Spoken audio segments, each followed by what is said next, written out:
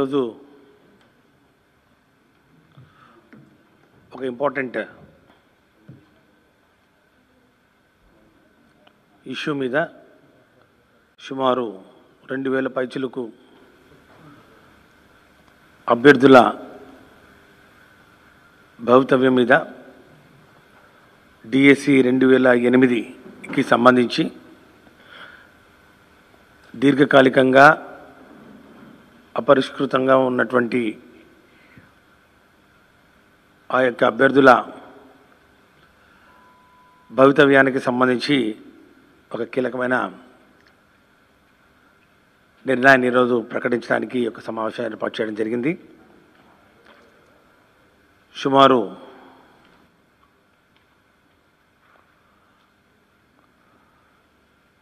13 సంవత్సరాలకు సంబంధించినటువంటి అంశం ఇది.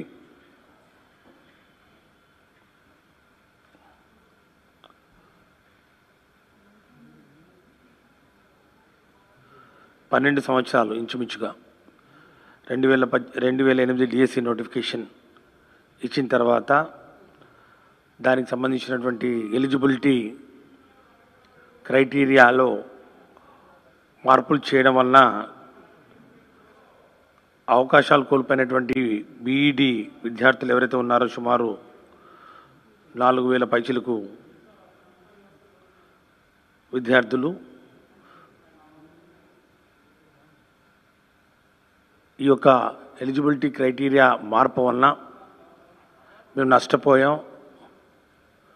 సుమారు 4000 పైచిలకు అభ్యర్థులు మేము ఉద్యోగ అవకాశాలను కోల్పోయాం. ఈ యొక్క డిఎస్సి ద్వారా మాకు న్యాయం చేయండి అని చెప్పి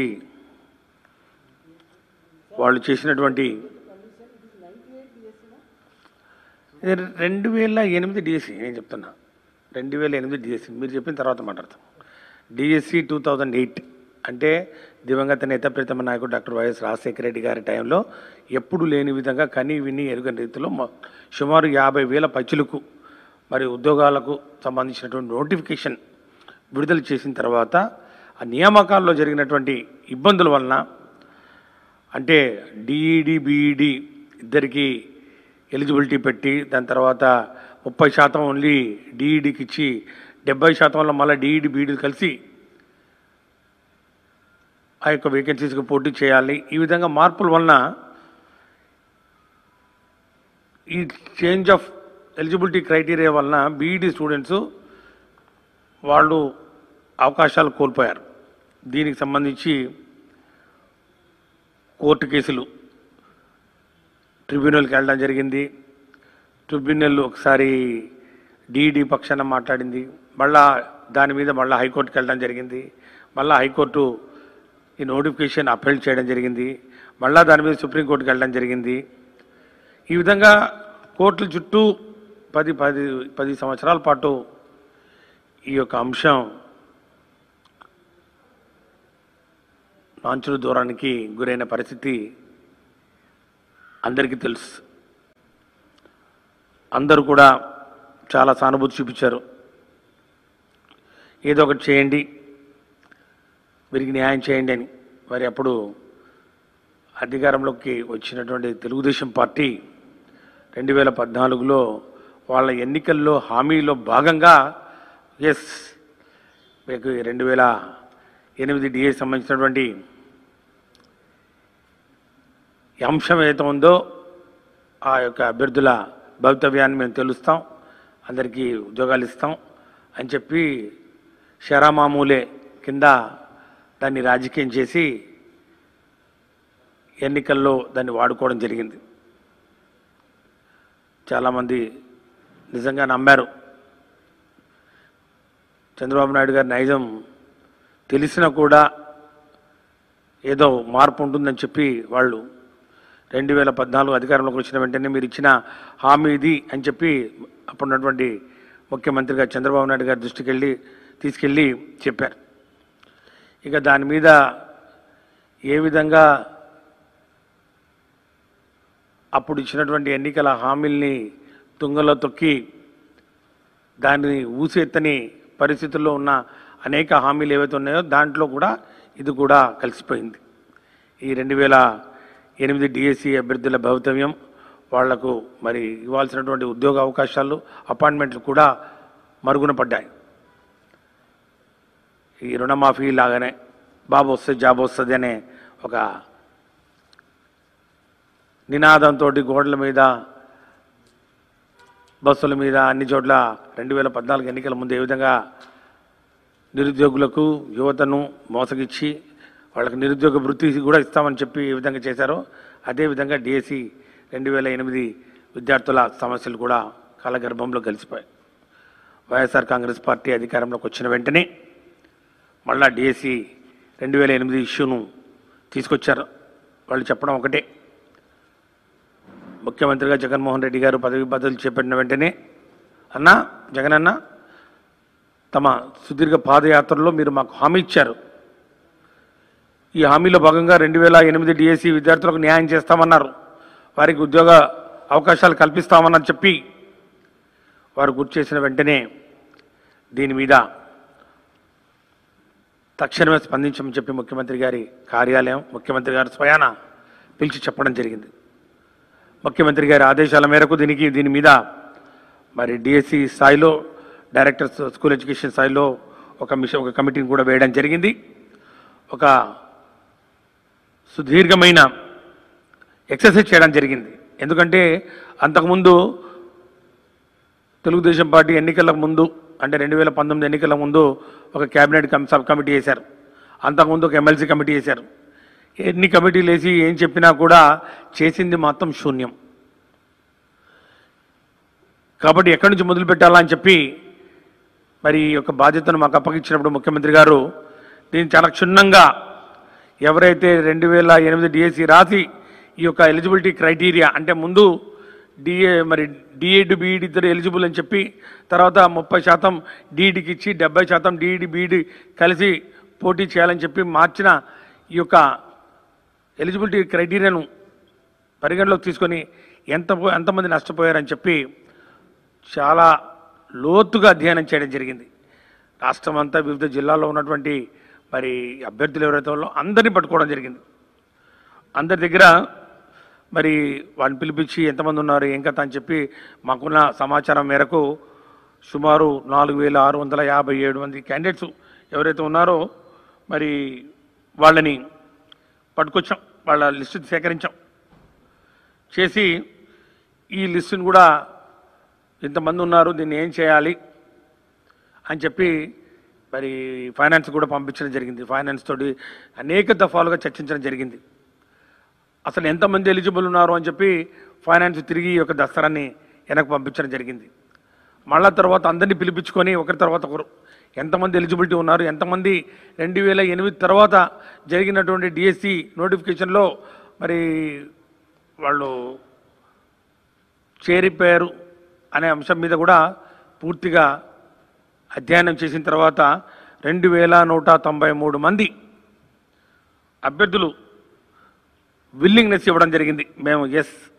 మేము ఉన్నాం, మాకు ఒక మినిమం టైం స్కేల్లో మెరిగిన మమ్మల్ని తీసుకుంటే మేము పనిచేయడానికి సిద్ధంగా ఉన్నాం ఈ యొక్క ఎస్జిటి పోస్టుల్లో అని చెప్పి వారు విల్లింగ్నెస్ ఇవ్వడం జరిగింది. ఆ విల్లింగ్నెస్ ఇచ్చిన తర్వాత తిరిగి మళ్ళా డైరెక్టర్ స్కూల్ ఎడ్యుకేషన్ దీని మీద మళ్ళా చీఫ్ సెక్రటరీ గారు అడిగినటువంటి అనేక క్వరీలకు సమాధానాలు చెప్తూ మళ్ళా ఫైనాన్స్లో వాళ్ళు అడిగిన ప్రతి ప్రశ్నకు ఓపికగా అనేక పర్యాయాలు వెళ్ళి సమాచారం అందించడం జరిగింది. అందించిన తర్వాత ఈ యొక్క 2193 మంది అభ్యర్థులు ఎవరైతే ఉన్నారో నష్టపోయారో, వీరు తమ విలువైన సమయాన్ని కూడా కోల్పోయారు. 12 సంవత్సరాల సుదీర్ఘ నిరీక్షణ మరి తర్వాత మరి వీరికి ఏదో ఒక జీవన భృతి కల్పించాలి వీళ్లకు. ఈ యొక్క డిఎస్సి 2008 ఈ నియామకాల ప్రక్రియకు ఒక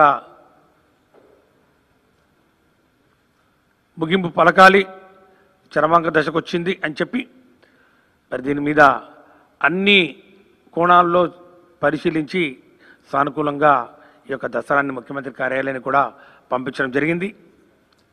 మరి దీని మీద చర్చించి మరి ముఖ్యమంత్రి గారు స్వయాన ఈ యొక్క అంశాలు అయితే చెప్పడం జరిగిందో వీరు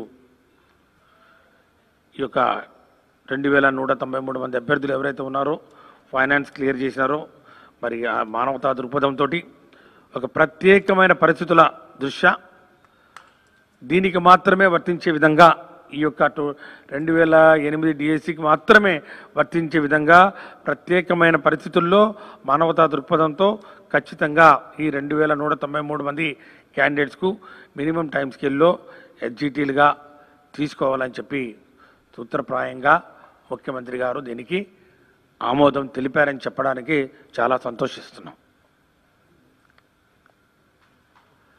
ఈ యొక్క విషయాన్ని మరి ముఖ్యమంత్రి గారు ఢిల్లీ పర్యటనలో ఉన్నారు కాబట్టి వారు వచ్చిన వెంటనే మరి ఈ యొక్క దస్త్రం మీద సంతకాలు చేయడం జరుగుతుంది. దాని తర్వాత జీవో కూడా రిలీజ్ చేయడం జరుగుతుందని చెప్పి కూడా ఈ సందర్భంగా మేము తెలియజేస్తా ఉన్నాం. 12 సంవత్సరాల సుదీర్ఘమైన మరి పోరాటం చేశారు పాపం. ఈ యొక్క 2008 డిఎస్సిలో నష్టపోయినటువంటి విద్యార్థులు మరి ఈ ప్రభుత్వం వైఎస్ఆర్ కాంగ్రెస్ పార్టీ ప్రభుత్వం అధికారంలోకి వచ్చిన వెంటనే అప్పటి నుంచి దీని మీద ప్రత్యేకమైన దృష్టి పెట్టడం జరిగింది. దీనికి సంబంధించినటువంటి విద్యార్థులు చాలామంది మా దగ్గరికి రావడం జరిగింది. ఒక అసోసియేషన్గా ఫామ్ అయ్యి అనేక రిప్రజెంటేషన్స్ ఇవ్వడం జరిగింది. ప్రతిసారి వారు వచ్చినప్పుడల్లా వారికి ఒకటే భరోసా ఇవ్వడం జరిగింది. ఖచ్చితంగా ఈ ప్రభుత్వం గౌరవ ముఖ్యమంత్రి వర్యులు శ్రీ వైఎస్ జగన్మోహన్ రెడ్డి గారి నాయకత్వంలో మీకు న్యాయం జరుగుతుంది. ముఖ్యమంత్రి గారు ఇచ్చిన మాట కోసం ఎంత దూరమైనా వెళతారు. ముఖ్యంగా ఈ హామీ ఒక పాదయాత్రలు ఏదైతే ఇచ్చారో ఆ పాదయాత్రలు ఇచ్చిన హామీ ఎలక్షన్ మేనిఫెస్టోలో పెట్టింది కాదు. తెలుగుదేశం పార్టీ వాళ్ళు 2014 ఎన్నికల ఎలక్షన్ మేనిఫెస్టోలో పెట్టి ఏ విధంగా ముఖం చాటేశారో మనం చూసాం. అలా కాకుండా హామీ ఇచ్చారంతే పాదయాత్రలో. దాన్ని పట్టుకొని ఈరోజు పూర్తిగా అన్ని అంశాల్లో అన్ని కోణాల్లో ముఖ్యంగా ఈ న్యాయపరంగా ఎలాంటి చిక్కులు ఉండకూడదు, న్యాయపరంగా ఉన్నటువంటి కేసులు ఏవైతే ఉన్నాయో వాటన్నిటికీ సమాధానం చెప్తూ వాటన్నిటికీ ముగింపు పలుకుతూ సుప్రీంకోర్టులో కానివ్వండి, హైకోర్టులో కానివ్వండి, అడ్మినిస్ట్రేటివ్ ట్రిబ్యునల్లో కానివ్వండి, ఎక్కడున్నా కూడా వాటన్నిటినీ మరి పూర్తిగా సమాధానం చెప్పే విధంగా వాటికి ఈ యొక్క దస్త్రాన్ని తయారు చేస్తూ ఉన్నాం. మరి ఈ యొక్క జీవోను కూడా మరి చాలా పకడ్బందీగా తయారు చేస్తూ ముఖ్యమంత్రి గారు ఢిల్లీ పర్యటన నుంచి వచ్చిన వెంటనే ఈ యొక్క దస్త్రం మీద మరి సంతకాలు చేయడం జరుగుతుంది. దాని తర్వాత జీవో కూడా రిలీజ్ చేయడం జరుగుతుందని చెప్పి కూడా ఈ సందర్భంగా నేను తెలియజేస్తా ఉన్నాను. కాబట్టి ఈ 2008 డిఎస్సి యొక్క అభ్యర్థుల యొక్క సమస్యలకు ఈరోజు ఒక ముగింపు ఇస్తూ ఉన్నాం. ఒక మంచి ఆనందకరమైనటువంటి ఒక న్యూస్ తోటి వాళ్ళందరినీ ఏ ఒక్కరిని కూడా వదలకుండా అందరికీ ఈ యొక్క మినిమం టైం స్కేల్లో ఎస్జిటీస్గా వారికి ఉద్యోగ అవకాశాలు కల్పిస్తూ మరి ఏదైతే కొన్ని కండిషన్స్ ఫైనాన్స్ పెట్టిందో ముఖ్యంగా వారు ఈ ఒక విరామం తర్వాత 10-12 సంవత్సరాల విరామం తర్వాత తిరిగి ఒక బాధ్యతలు తీసుకుంటున్నటువంటి నేపథ్యంలో వారికి సంబంధించినటువంటి ఆ యొక్క వృత్తికి సంబంధించినటువంటి ట్రైనింగ్ ఏదైనా ఉంటే ఆ ట్రైనింగ్ ఆన్లైన్ ట్రైనింగ్ ద్వారా లేకపోతే ఇతర మరి మాధ్యమాల ద్వారా వారికి ట్రైనింగ్ కల్పిస్తూ వీరి యొక్క రిక్రూట్మెంట్ను త్వరలోనే చేపడుతూ ఉన్న ఖాళీల్లో వీళ్ళని భర్తీ చేయడం జరుగుతుందని చెప్పి కూడా తెలియజేస్తా ఉన్నాం.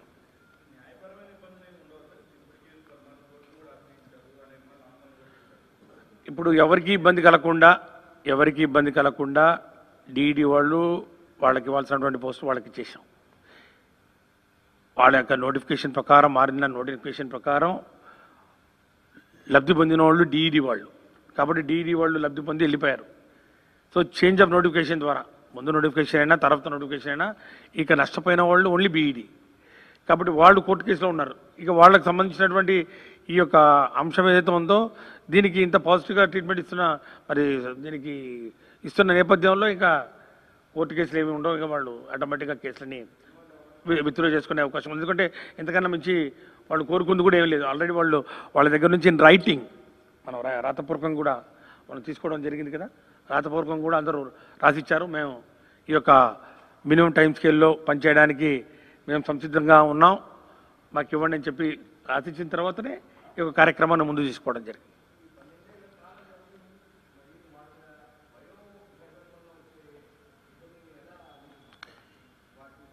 అది ఎంత ఇప్పుడు వాళ్ళకు ఈ రోజు నుంచి ఎప్పుడు ఇస్తే ఆర్డర్ ఇస్తారో ఆ రోజు నుంచే కౌంటింగ్. అప్పుడు కూడా ట్రైనింగ్ ఇస్తే కానీ వాళ్ళు ఈ యొక్క ఉద్యోగాల్లో వాళ్ళు మరి పని చేయలేని పరిస్థితి ఉంది. కాబట్టి మరి ఆ టైం ఏదైతే మీరు చెప్తా ఉన్నారో ఆ టైం గంగాధర్, ఆ టైం మరి గత ప్రభుత్వాలు చేసినటువంటి తప్పిదాలకు వాళ్ళు బలైపోయారు. 5 సంవత్సరాల కాలం వృధా చేశారు. అంతకుముందు కేసులు కోర్టు కేసులో తిరిగారు. కాబట్టి ఇది కోర్టుకు సంబంధించింది కాకుండా కేవలం వైఎస్ఆర్ కాంగ్రెస్ పార్టీ ప్రభుత్వం గౌరవ ముఖ్యమంత్రి వర్యులు దీనికి ఒక ముగింపు పలకాలని మేమంతటా మేము ఈరోజు ముందుకొచ్చి, కోర్టులు ఎవరు మాకేం డైరెక్షన్స్ ఇవ్వలేదు, సుప్రీంకోర్టులు కానివ్వండి ఎవరు ఏమీ మాకు చెప్పలేదు, హైకోర్టు ఏమీ చెప్పలేదు. మేము మానవతా దృక్పథంతో వీరికి అవకాశాన్ని ఇస్తున్నాం. దానికి వాళ్ళు పూర్తిగా సంసిద్ధతను వ్యక్తం చేస్తున్నారు. రేపు సోమవారం మరి వారు కూడా ముఖ్యమంత్రి గారిని కలుస్తారు. మరి వారి సమక్షంలోనే ఆ యొక్క దసరా మీద సంతకం పెట్టడం జరుగుతుందని చెప్పి కూడా తెలియజేస్తూ, ఇక 2018 డిఎస్సి 2018 డిఎస్సిలో కూడా చాలా వరకు ఆ నోటిఫికేషన్లో 7,042 పోస్టులు ఏవైతే ఉన్నాయో నోటిఫై చేసినవి ఇప్పటికే 6,361 పోస్టులు వివిధ కేటగిరీలకు సంబంధించినటువంటి మరి అభ్యర్థులకు అపాయింట్మెంట్స్ ఇవ్వడం జరిగింది. కోర్టు కేసులకు సంబంధించి కొన్ని పోస్టులు ముఖ్యంగా ఈ వ్యాయామోపాధ్యాయులు, స్కూల్ అసిస్టెంట్స్ కానివ్వండి, ఫిజికల్ ఎడ్యుకేషన్ టీచర్స్ కానివ్వండి, అట్లాగే తెలుగు పండిట్స్ కానివ్వండి, వీళ్ళకి సంబంధించి కొన్ని పోస్టింగ్స్ కోర్టు కేసుల నేపథ్యంలో ఇవి పెండింగ్లో పడిపోయాయి. ఈరోజు నేను మరి వాటిలో కొన్నిటిని క్లియర్ చేస్తూ సుమారు 486 పోస్టులు ఏవైతే ఉన్నాయో స్కూల్ అసిస్టెంట్ ఫిజికల్ ఎడ్యుకేషన్, అట్లాగే ఫిజికల్ ఎడ్యుకేషన్ టీచర్స్ ఎస్జిటి అంటే పీఈటీలు, ఎస్ఏ స్కూల్ అసిస్టెంట్ పీఈటీలు వీళ్ళకి సంబంధించి 486 పోస్టులకు ఈరోజు రాత్రికి నుంచి అపాయింట్మెంట్ ఆర్డర్స్ కూడా వారికి విడుదల చేస్తున్నామని చెప్పి కూడా తెలియజేస్తానికి సంతోషిస్తా ఉన్నాం. ముఖ్యంగా ఇవన్నీ గత ప్రభుత్వం కోర్టు కేసుల్లో ఇవి పెండింగ్లో పడి కాలయాపన చేస్తూ నిలిచిపోయినటువంటి ఈ పోస్టింగ్స్ ఏవైతే ఉన్నాయో వీటన్నిటినీ ఆ కోర్టు కేసు అన్నింటినీ క్లియర్ చేస్తూ ఈరోజు ఈ అపాయింట్మెంట్ ఆర్డర్స్ ఇచ్చే స్థాయికి తీసుకురావడం జరిగింది. ఇక మిగిలిపోయిన ఓన్లీ 374 పోస్టులు, 374 పోస్టులు మాత్రమే ఈ language pundits, school assistant Telugu సంబంధించి ఒక రిట్ పిటిషన్ పెండింగ్లో ఉన్న నేపథ్యంలో ఇవి మాత్రమే మిగిలిపోయినాయి. వీటికి కూడా త్వరలో ఏజీ కూడా చెప్పడం జరిగింది. ఇవి క్లియర్ చేసి వీరికి కూడా అపాయింట్మెంట్ ఆర్డర్స్ ఇవ్వడం జరుగుతుందని చెప్పి కూడా మనం చేసుకుంటా ఉన్నాను. ఇక లేటెస్ట్ డిఎస్సికి సంబంధించి ముందుగా ఆ ప్రక్రియను తీసుకునే ముందు టెట్ ఎగ్జామ్ ఒకటి జరపాల్సిన అవసరం ఉంది. ఈ టెట్ ఎగ్జామినేషన్ జరపడానికి ముందు ఈ టెట్ సిలబస్ ఏదైతే ఉందో అది కూడా తయారు చేయడం జరిగింది. ఈరోజు నుంచి ఆ టెట్ 2021 ఆ ఎగ్జామినేషన్ సంబంధించిన సిలబస్ ఈరోజు వెబ్సైట్లో పొందుపరచడం జరుగుతుంది. ఆ వెబ్సైట్ను కూడా ఈరోజు అనౌన్స్ చేయడం జరుగుతుంది. ఆ వెబ్సైట్లో దీనికి సంబంధించినటువంటి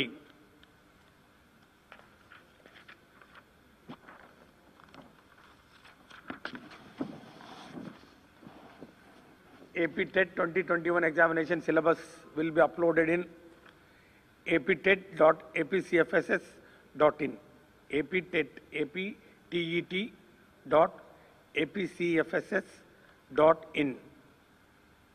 ఈ వెబ్సైట్లో అది పొందుపరచడం జరుగుతుంది. దానికి సంబంధించినటువంటి హార్డ్ కాపీస్ కూడా ఇప్పుడు మీ అందరికీ ఇవ్వడం జరుగుతుంది. ఈరోజు అది కూడా ఓపెన్ చేయడం జరుగుతుంది.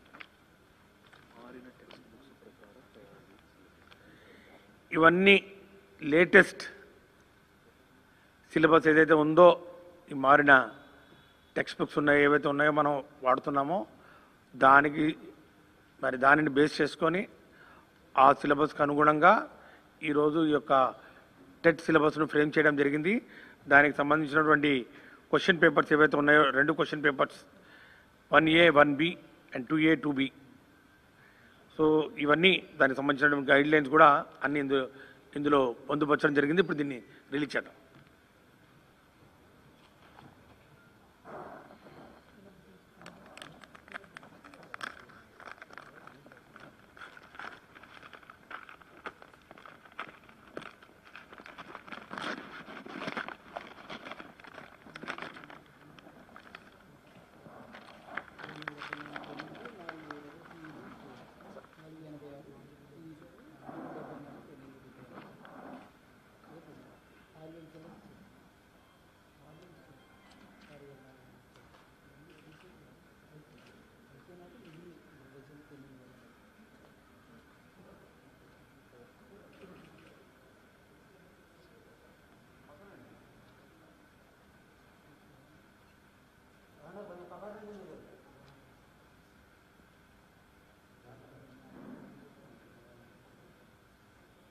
Okay, thank you.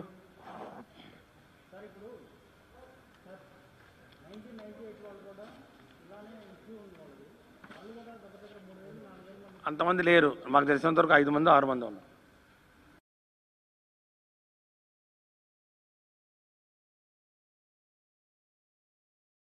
ఐదు మంది ఎలిజిబుల్ అని చెప్పి నా దగ్గర ఉంది. 5 మంది ఎవరైనా వస్తే వాళ్ళకి ఇస్తామని చెప్పి పాత గవర్నమెంట్ ఏదైతే చెప్పడం జరిగిందో దాని మీద మేము కట్టుబడి ఉన్న ఇబ్బంది ఏం లేదు.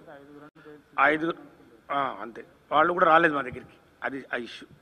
1998 అట్లాగే ఉంది, 1912 అలాగే ఉంది, మరి అట్లాగే 2012, 2008, 2012, 2018 ఇవి. దీనికి సంబంధించి క్లారిఫికేషన్.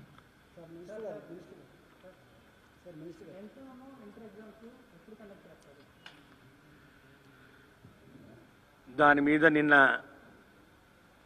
ఒక వీసీని కూడా నిర్వహించుకోవడం జరిగింది విద్యాశాఖకు సంబంధించినటువంటి అధికారులందరితోటి.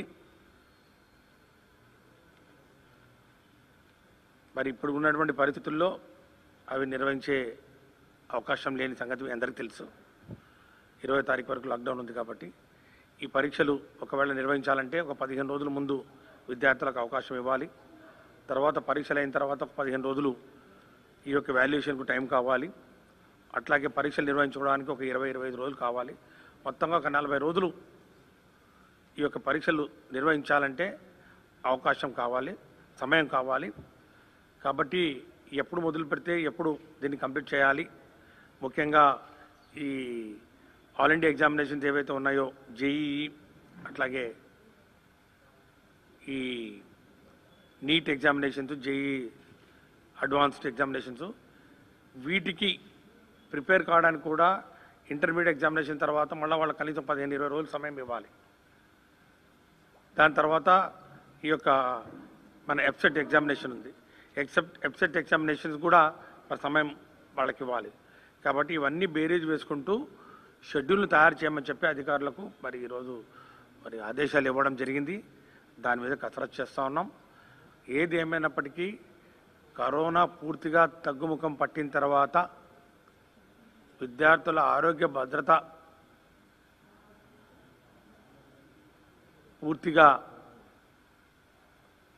మనం ఉంది అని చెప్పి సాటిస్ఫై అయిన తర్వాత తల్లిదండ్రులకు ఏమాత్రం ఆందోళన లేకుండా పరీక్షలు రాయగలరు పిల్లలు, ఏమి ఇబ్బంది లేదు, ఒక 3 గంటలు మరి పరీక్ష కేంద్రానికి వెళ్ళి రావచ్చు అని పరీక్ష కేంద్రాల్లో ప్రభుత్వం తీసుకుంటున్నటువంటి అన్ని జాగ్రత్తలు, ఈ కోవిడ్-19 ప్రోటోకాల్స్ను ఫాలో అవుతూ ఐసోలేషన్ సెంటర్స్ను ఏర్పాటు చేస్తూ, మరి ఒకవేళ పిల్లలు కోవిడ్ బారిన పడి పరీక్షలు రాయలేకపోతే వారికి మళ్ళీ సప్లిమెంటరీ ఎగ్జామినేషన్ కండక్ట్ చేస్తూ అవి రెగ్యులర్ ఎగ్జామ్స్ కింద ట్రీట్ చేస్తూ ఒకవేళ పరీక్షలు రాస్తూ మధ్యలో కోవిడ్ బారిన పడితే మళ్ళా వాళ్ళు రాయకుండా పర్మిషన్ ఇస్తూ తిరిగి రాయడానికి వెసులుబాటు కల్పిస్తూ అవి కూడా రెగ్యులర్ ఎగ్జామినేషన్స్గా కండక్ట్ చేస్తూ ఇన్ని ఆప్షన్స్ ఇస్తున్న నేపథ్యంలో ఇవన్నిటిని ఫుల్ఫిల్ చేసుకుంటూ మరి ఒక షెడ్యూల్ ప్రకటించాలని చెప్పి ఒక ఆలోచనలో ఉన్నాం. మరి త్వరలోనే ఆ షెడ్యూల్ గురించి మరి పూర్తి సమాచారంతో మీ దగ్గరికి రావడం జరుగుతుంది. Okay. First year intermediate exams జరగలేదు. ఫస్ట్ ఇయర్కి సంబంధించి ఫీజు కూడా డిసైడ్ చేయలేదు.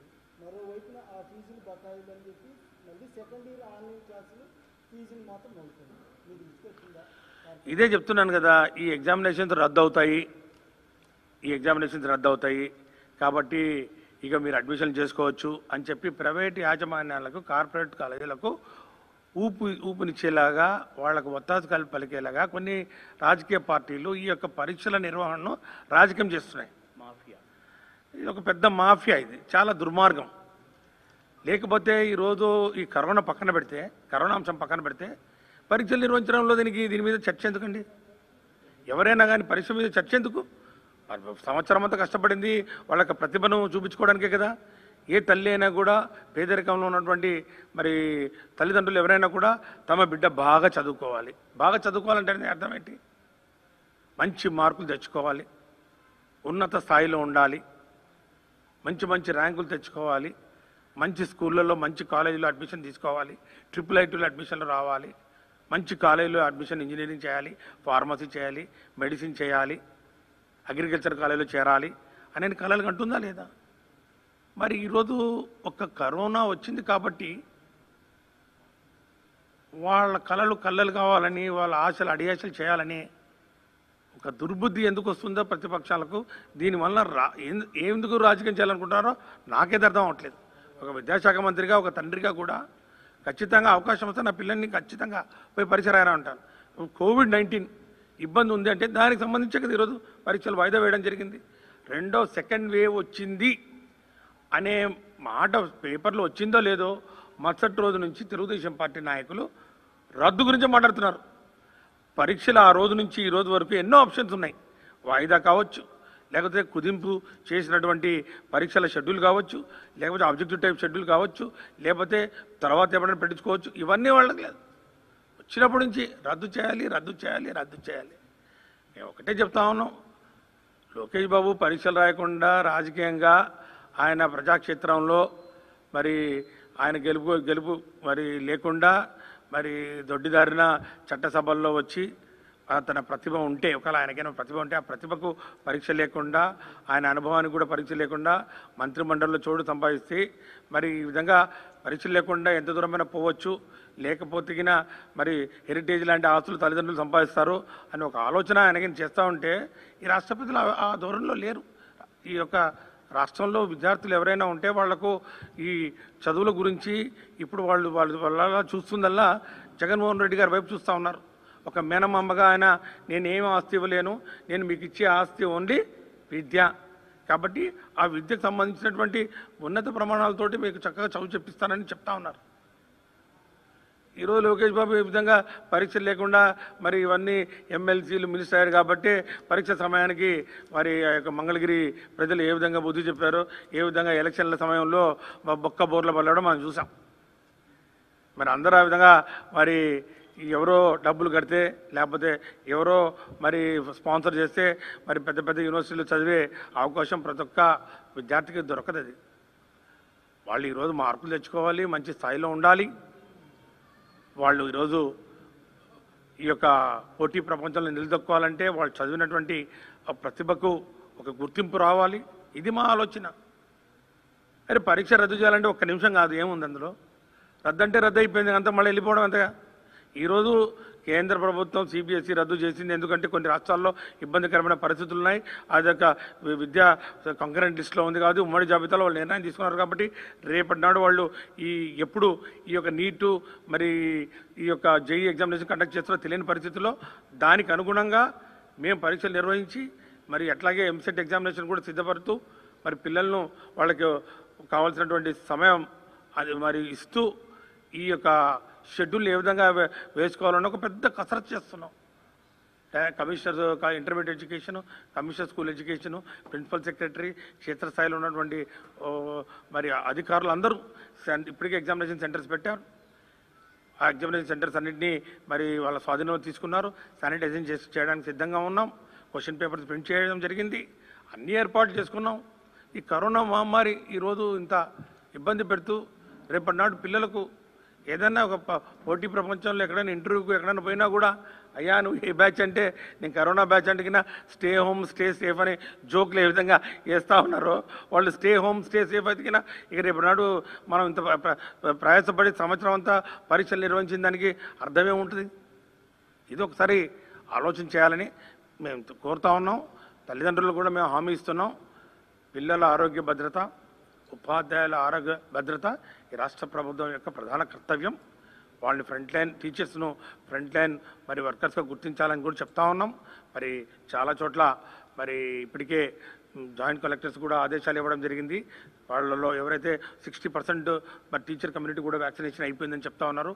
మిగిలిన 40% వారికి కూడా ఒక టాప్ ప్రయారిటీలో వ్యాక్సినేషన్ చేయాలని చెప్పి మా ప్రిన్సిపల్ సెక్రటరీ గారు స్కూల్ ఎడ్యుకేషన్ వారు కూడా హెల్త్ సెక్రటరీతో మాట్లాడి ఆ ఏర్పాట్లు చేయాలని చెప్పి మేము ప్రయత్నం చేస్తున్నాం. అన్ని ఏర్పాట్లు చేస్తాం.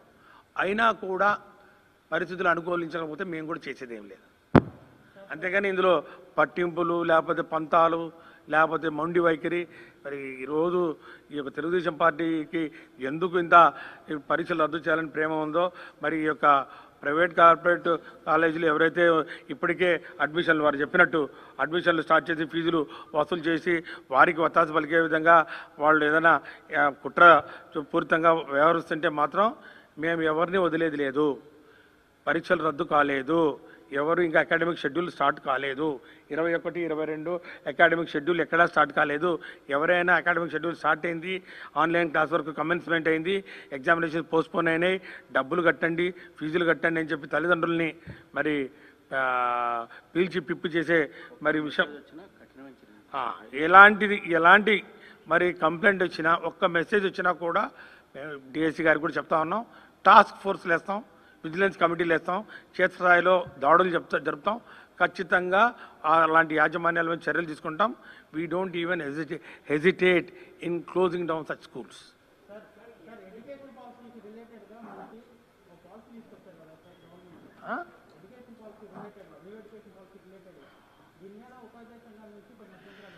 పాలసీ అనేది మీరే చెప్తున్నారు కదా, గైడ్ లైన్స్ నాకు అర్థమైంది మీరు చెప్పే విషయం. ఎన్ఈపి 2020లో భాగంగా పూర్వ ప్రాథమిక విద్య, పునాది విద్య, ఫౌండేషన్ స్కూల్స్ అని చెప్తూ దానికి ప్రాధాన్యత ఎక్కువ ఇస్తూ ఈ యొక్క ఫౌండేషన్ స్కూల్ ఎడ్యుకేషన్ అంటే ఏదైతే ఉందో ఇక 66 సంవత్సరాల లోపు విద్యార్థులకు 80% వాళ్ళ బ్రెయిన్ డెవలప్మెంట్ ఉంటుంది కాబట్టి దానికి ఎక్కువ ప్రాధాన్యత ఇవ్వాలని చెప్పి స్కూలింగ్ ప్యాటర్న్ను 5+3+3+4 అంటే ట్రెడిషనల్గా మనం ఏదైతే మనం అంటున్నామో ప్రైమరీ స్కూళ్ళు, అప్పర్ ప్రైమరీ, హై స్కూలు ఇవి కాకుండా ఈ కొత్త నూతన విద్యా విధానంలో ఈ యొక్క ఎన్ఈపి 2020లో ఇప్పుడు మనము ఆ ప్రైమరీ స్కూళ్ళు, అప్పర్ ప్రైమరీ, హై స్కూళ్ళు కాకుండా ఇప్పుడు మనం అనేది foundation, middle level, foundation, preparatory, middle school, secondary ఈ పదాలు వాడుతున్నాం. దీనివల్ల మంచి జరుగుతుంది తప్ప ఈరోజు ఉద్యోగ సంఘాల వాళ్ళు లేకపోతే ఇంకోళ్ళు ఎవరో మరి తొందరపాటుతోటి ఏదో కొంచెం దీని మీద ఏదో వెనక ఏదో కుట్ర ఉందనే ఒక ఆలోచన చేయడం సరికాదు. ఇప్పటికే నేను దాని మీద స్టేట్మెంట్ ఇవ్వడం జరిగింది. ఖచ్చితంగా వాళ్ళందరితోటి చర్చించిన తర్వాత దీని మీద ఒక నిర్ణయం తీసుకుంటాం. ఇక ఇది చాలా ప్రిమిటివ్ స్టేజ్, నేసెంట్ స్టేజ్లో ఉంది. ఇంకా దీని మీద ఇంకా ఓన్లీ చర్చ కొనసాగుతూ ఉంది. దీని మీద సాధ్యాసాధ్యాలు, విధి విధానాలు ఇంకా ఖరారు కాలేదు. ఖరారు అయిన తర్వాత ఖచ్చితంగా వాళ్ళతో డిస్కస్ చేసి అందరికీ ఆమోదయోగ్యమైన ఈ యొక్క విషయం ఏదైతే ఉందో ఎన్ఈపి 2020 మీరు అన్నట్టు దాని మీద నిర్ణయం తీసుకోవడం జరుగుతుంది.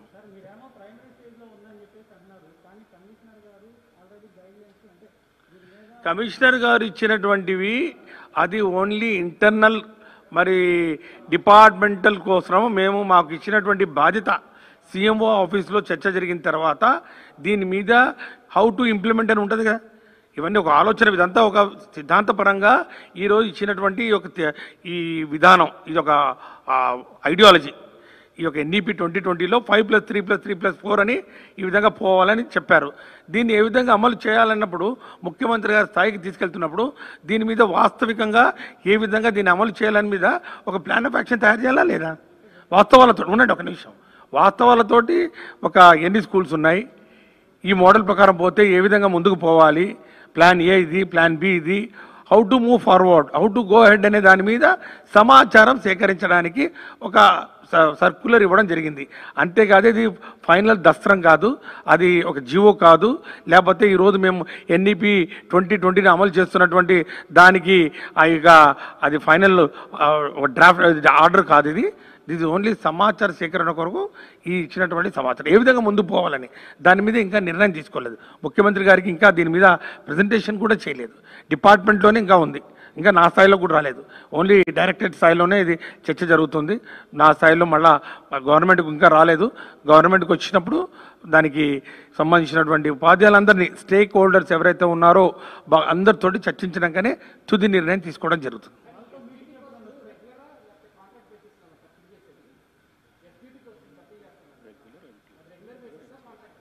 రెగ్యులర్గా ఎంటీఎస్ మినిమం టైం స్కేల్లో ఇస్తున్నాం. ఉద్యోగ భద్రత ఉంది కదా వాళ్ళకు, ఎస్జిటి కిందనే దేర్ ఎస్జిటీస్ ఎంటీఎస్ రిటైర్డ్ అయి ఉంటారు, దానికి ఇబ్బంది ఏం లేదు. రిటైర్డ్ అయ్యి వాళ్ళు మినిమం టైం స్కేల్లో ఉంటారు. నేను పెడతాను, I think with in a week అన్ని తయారు చేస్తాం. ఇప్పుడు మీరు అన్నారు కదా ఆ సమాచారం ఇంకా రావాలి. మేమైతే మీరు కమిషనర్ గారు ఇచ్చారన్నారా లెటర్, దానికి సంబంధించినటువంటి సమాచార సేకరణలో ఉన్నాం. స్కూల్స్ ఎన్ని ఉన్నాయి, అప్పర్ ప్రైమరీ ఉన్నాయి, 30 స్టూడెంట్స్ ఉన్నటువంటి స్కూల్స్ ఎన్ని ఉన్నాయి, మరి ఏకోపాధ్యాయుల స్కూల్స్ ఎన్ని ఉన్నాయి, ఇలాంటి సమాచారం అంతా తీసుకుంటున్నాం.